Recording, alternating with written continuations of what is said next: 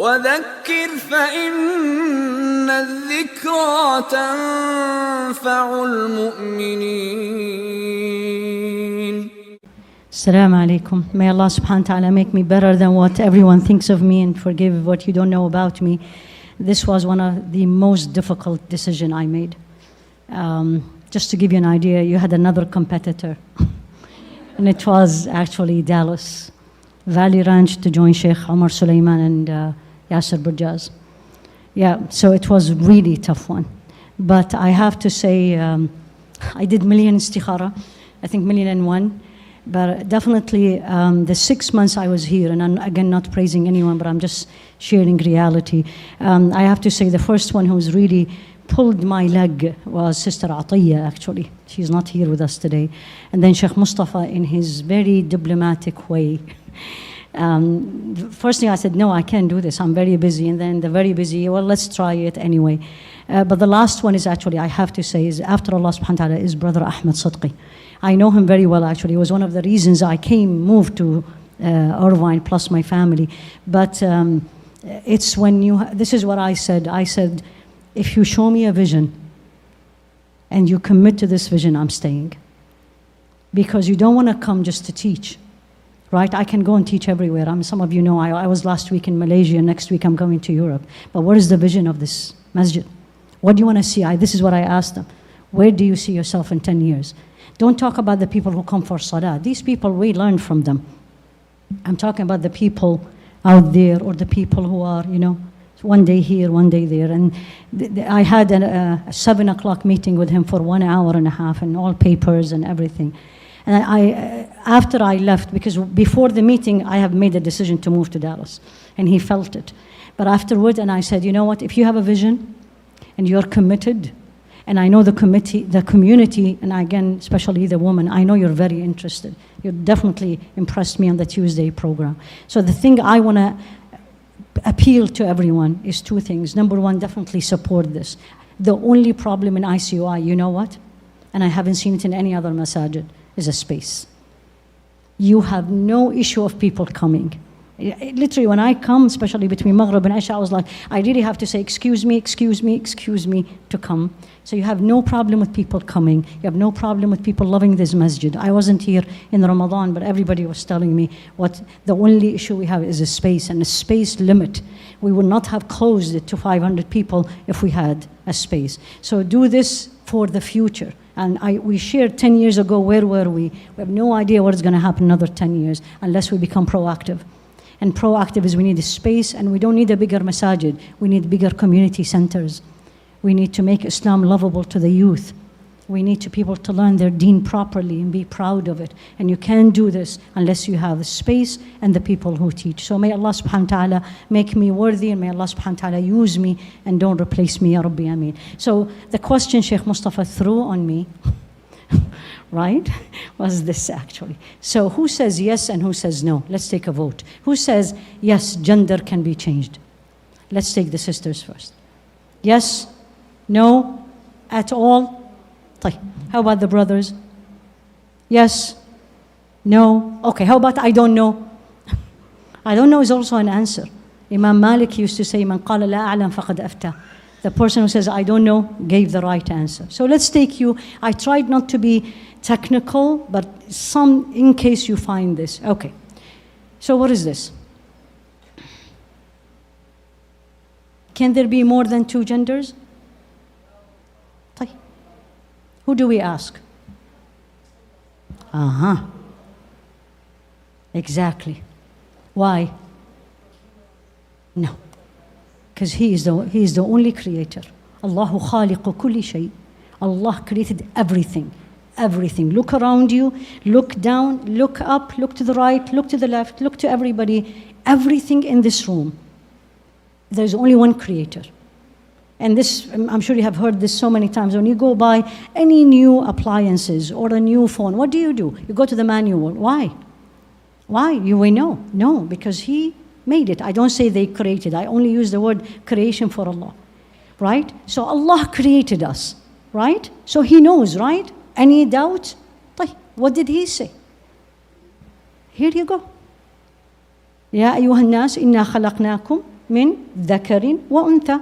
We've created you from a man and a woman. وَجَعَلْنَاكُمْ شُعُوبًا وَقَبَائِلَ. And we made you nation and tribes. Look at everybody in this room. This is the beauty of Islam. Everybody is different. Beautiful, right? لِتَعَارَفُوا. You know each other. Not to brag, not to look down. You have an accent. You look this way. This is your skin color. Allah did not create me for this. Created me to worship Him and to know each other and to respect even if we disagree. And by the way, even the LGBT people, right? We respect them as a human being, creation of Allah. I disagree with their action, but they are a human being. And I make dua, Ya Rabbi Ameen. طيب? So here you go. This is how it is. I've been an OBGYN for more than 20 years. I had this discussion with my couple of the youth from my family.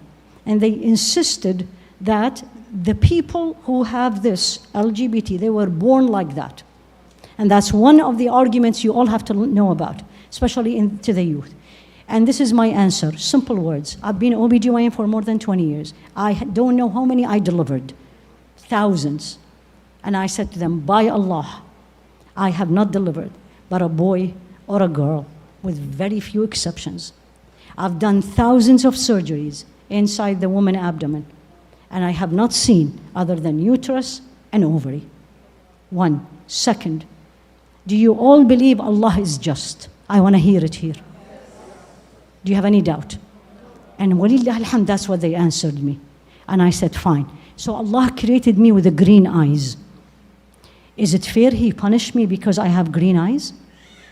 Is it fair? Then how can He put the punishment in the Qur'an, as we all saw, and beautifully Shaykh Zainab argued that this is unchangeable. How can He, if He created them like that, then He will punish them? That doesn't fit with He al-Adl, period. So it is man and a woman. Here I'm going to come to a little bit of medicine. I'm going to be as simple as I can, bi'idhnillah. This is how we are. Allah created us. We have 2 chromosomes, right? And they are called sex chromosomes. Female, XX. Male, XY. There is no other one. Norm in general, few exceptions. I'll come to one only. Okay? So here we are. Now, how many chromosomes? As we said, 2. X and XY. And this is usually the genetic, everybody's talking about genes. This is how we are. The lower one, if you see this is the sex chromosomes, is 22, and then there is 1, either X or Y in us, and then when the baby comes in, takes X from the mother and Y from the dad, or Y or X from the mother from the dad, and becomes a boy or a girl. So, can it be different? Can it be another thing? How many say no? No. How many say I don't know? Let's see. What did the Qur'an say? No? No? Okay. What is that? Normal EKG. Normal EKG. Okay. Why is that? Here you go. This is a promise Shaitan did to people. Into Allah subhanahu wa ta'ala. La'anahu Allah. This is in Surah An-Nisa. And Allah talking about Shaitan. Allah says, La'anahu Allah. Allah had cursed him. Why? Because this is what He said. وَقَالَ لَأُضِلَّنَّهُمْ. I am going to make them misguided. Who's promising this? This is Shaitan. وَلَأُمَنِّيَنَّهُمْ. I'll give them hopes. Now, وَلَآمُرَنَّهُمْ. Now coming. And I am going to order them. فَلَيُبَتِّكُنَّ أَذَانَ الْأَنْعَامِ. They change the ears of the cattle. وَلَيُغَيِّرُنَّ خَلْقَ اللَّهِ. They will change the way that Allah created us, you and me. And that applies to everything. I have no control. I have no right to change my body, with few exceptions. I'll come to the exception at the end. But in general, the answer, can I do the gender change operation? Categorically no, with few exceptions. You have to know these exceptions. And I will come to one very quickly again because of the time. So otherwise, and all the other changing surgeries, and this is not our topic, all the other changing surgeries, is actually, I am following the whisper of shaitan. And he promised, he will do it. And you can see it. Can a man look like a woman? By creation. Unless you're a physician, you don't know the answer. Okay? The answer is yes. Yep, that's what I need you to know. Because whenever someone talks to me about LGBT, I say, did they do chromosome study? Because if they did chromosome study, that's a different story. This is why I told you, it's not everything is abnormal. By the way, it's very few exceptions, but it's there. I need to know what I'm talking about. I need to, before judging people, see what is the story. So let's come to here. So this is, again, sex chromosomes abnormality. One of the hardest things we studied in medicine in general, and especially in OBGYN. Because it's very confusing, it's very rare, you don't see it that much. So sex abnormality, sex chromosome, is when a person is either missing or adding. These two in the lower bottom, I don't know if you see here when I do that. No, you don't. Okay, so these on the other side, the blue and the green, can either be more or can be less. Most of them, they get abortion, they miscarry. So when the woman gets miscarried, I say, Alhamdulillah, if she's a Muslim, I said, there is something wrong. Allah didn't want you to live with it. Okay? But I'm going to come to one which I want you to know. So this is for the woman, the changes, where the woman has only one chromosome, not two. It's called Turner syndrome. Or she's a woman, but she has XXY. So this is 3. Klinefelter. That's a abnormality. She was born or created like that, okay? And there is the 45X, they don't live. And then 45X / meaning they have both 46XY. Now, there is girls who are born as girls. Born as girls. But when they deliver, there's something not right. And we know it right away as a physicians. These have a problem with having too much of the male hormone. Again, I can't get to very technicality because it's going to be difficult for everyone. But in general, they have more male hormone than the norm. They look like a girl, but they have everything else like a man. This is called virilization. These, they don't need surgery because they are women. They have ovaries, they have uterus, but they have too much male hormone. You can treat them with medicine, okay? Now, this is the one where I want you all to know this is genetic. And I have seen these cases. By genes, they are a man. 46XY. It's called androgen insensitivity, which is this one. Androgen insensitivity. They are male. So a man or a woman, man is XY, and the Y will produce the male hormone. XX, the lack of the male hormone. So she will have ovaries and uterus. Is that clear for everybody? Here is the problem. By creation, Allah created them as a man, XY. But look at how rare it is. Is 1 in 20,000. 20,000 deliveries, 1. I've seen it 1 in my career. You see it. And usually, how do you see it? Because she looks like a beautiful woman. And usually comes in because they don't have a cycle, no period. And then when I examine them, there is no cervix. There's only a short vagina. And I was like, oh. Then we send an ultrasound, there is no uterus, there is no ovary. Then we do chromosomes, and they are XY. By the time they come, they are fully developed women. Those are the people who we give them the choice. And I said, you are, by creation of Allah, is XY. Why? Because the body, the cells, does not identify the male hormone. So they become a woman. These are the people who I say, and again, I've seen only 1 in my career. And I say, what do you want to be? The gender changing surgery applies to here. Most of them, at least the one I saw, they want to continue to be a woman. Because she looks woman, the only thing is the having children. She cannot, there's no ovary. So this is, yes, they do. There is something called gender changing surgery, but it's not the norm. I'll share with you a story, real, I lived it, I counseled the family, not here. This is it was 20-year-old, he was a man, and then he came out publicly as being gay. Muslim. I counsel the family. This is very hard. May Allah protect your children. I really mean it. And may Allah not test you with this. Subhanallah. And then publicly, on all social media, living with a non-Muslim man, everything. 2 years later, came up and says, no, I am not. Now I am bi. 2 years later, and this one I did see it with my own eyes. He said, no, I am a woman. And he attended the wedding of his sister as a with the woman.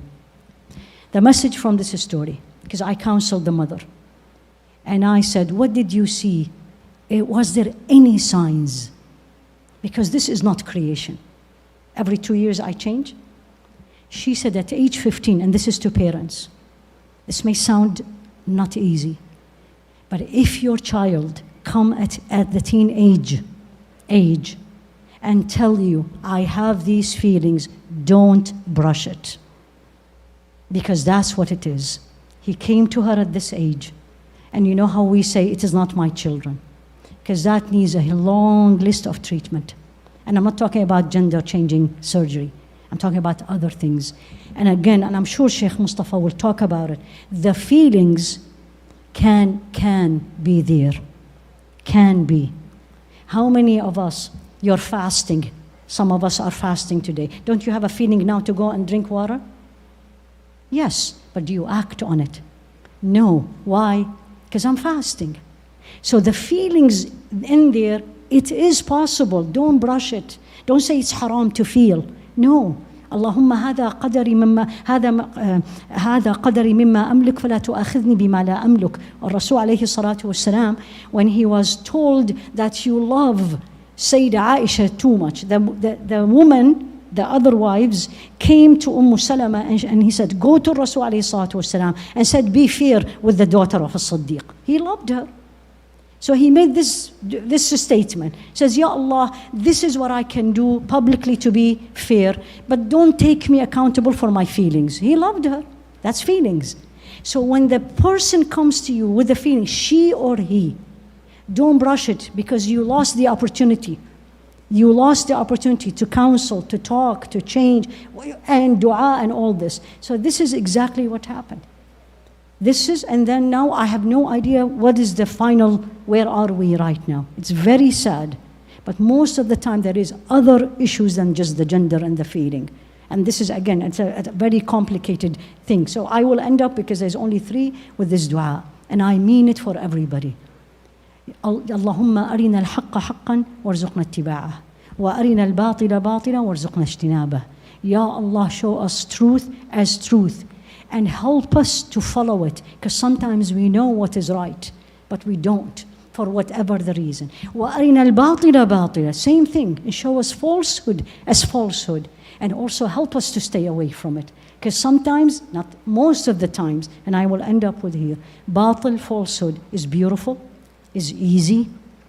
It's everyone else does it. حُفَّتِ الْجَنَّةِ بِالْمَكَارِهِ.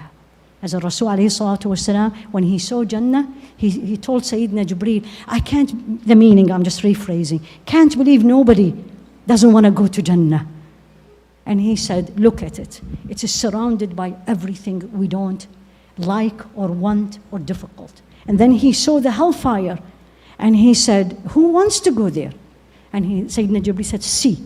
And then it was surrounded by things we don't like, we don't want to do, we don't want to be different. I want to fit in. I want to be like everybody. So may Allah subhanahu wa ta'ala make us of those that we love this deen. We work hard on ourselves to make the deen easier for us and turn to Allah subhanahu wa ta'ala to make it easy for us. جزاكم الله خيرا. سبحانك اللهم وبحمدك. أشهد أن لا إله إلا أنت. أستغفرك وأتوب إليك. صلى الله على سيدنا محمد وعلى آله وأصحابه تسليما كثيرا.